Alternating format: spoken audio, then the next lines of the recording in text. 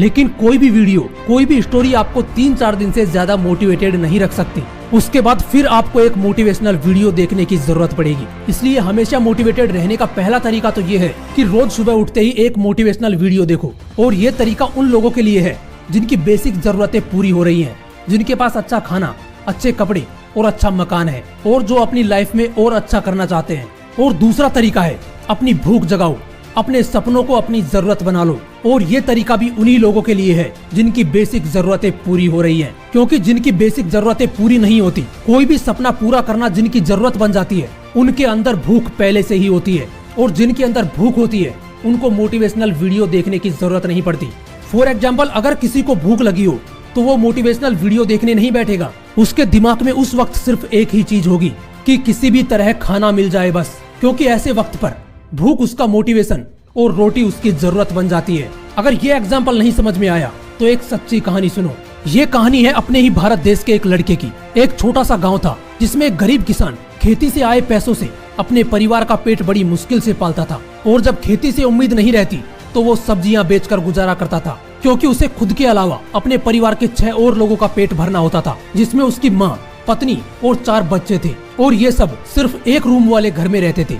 ये समझ लो, ये परिवार गरीबी से लड़ रहा था। कुछ साल बाद जब उनका बड़ा बेटा अमित 5th स्टैंडर्ड में आया तो उसकी माँ ने उससे कहा कि बेटा, इस गरीबी से निकलने का एक ही रास्ता है, तेरी पढ़ाई। अगर तूने अच्छे से पढ़ाई की तो हम इस गरीबी से निकल सकते हैं, नहीं तो दूसरा कोई रास्ता नहीं है इस गरीबी से निकलने का। उस वक्त अमित अपनी माँ का दुख अच्छे से महसूस कर सकता था। वो लाइनें उसके दिमाग में छप चुकी थी। उसने ठान लिया कि अब कुछ करके जरूर दिखाना है, अपने परिवार को गरीबी से जरूर निकालना है। वो उस गरीबी के माहौल में भी अच्छे से पढ़ाई करता रहा। थोड़ा बड़ा हुआ तो गांव में हायर सेकेंडरी स्कूल नहीं होने की वजह से उसे पढ़ने के लिए बाहर जाना पड़ता था।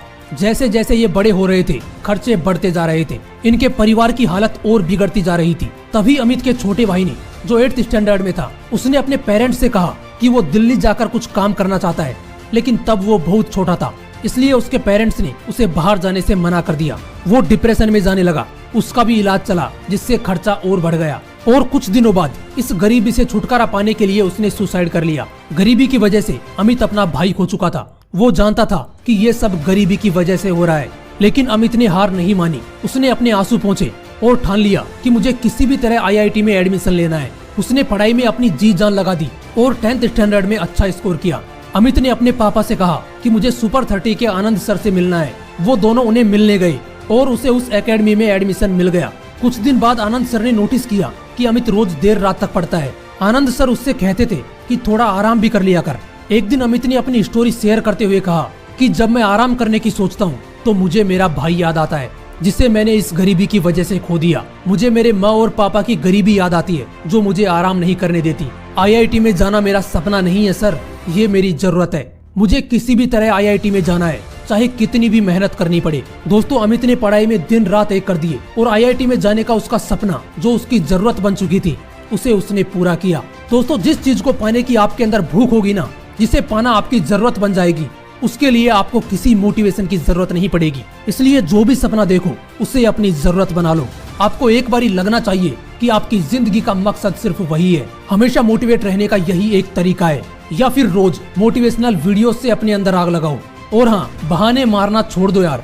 कुछ लोग तो ऐसे बहाने मारते हैं कि वीडियो देखने के तुरंत बाद ही वो खुद का मोटिवेशन खत्म कर लेते हैं। जैसे ये कुछ पुरानी वीडियोस के कमेंट पढ़ो। इस भाई साहब ने लिखा है कि अगले के पास पैसा और सपोर्ट था, इसलिए वो कम उम्र में कामयाब हो गया।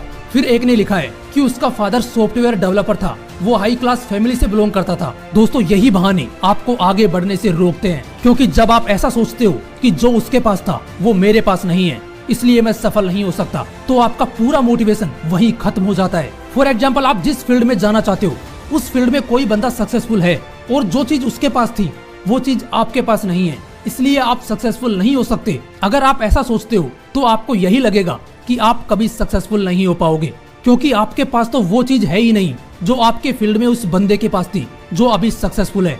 इसलिए ऐसे बहाने मारना छोड़ दो। अगर ऐसे बहाने दोबारा दिमाग में आए तो बॉलीवुड स्टार नवाजुद्दीन सिद्दीकी की बायोग्राफी पढ़ लेना। क्योंकि जब उसने पहली बार मुंबई में कदम रखा था तो अपने टैलेंट के सिवाय उसके पास कुछ भी नहीं था। इसलिए फिर बोलूंगा, बहाने मारना बंद करो, क्योंकि जैसा आप सोचते हो वैसा ही बन जाओ। जय हिंद, वंदे मातरम।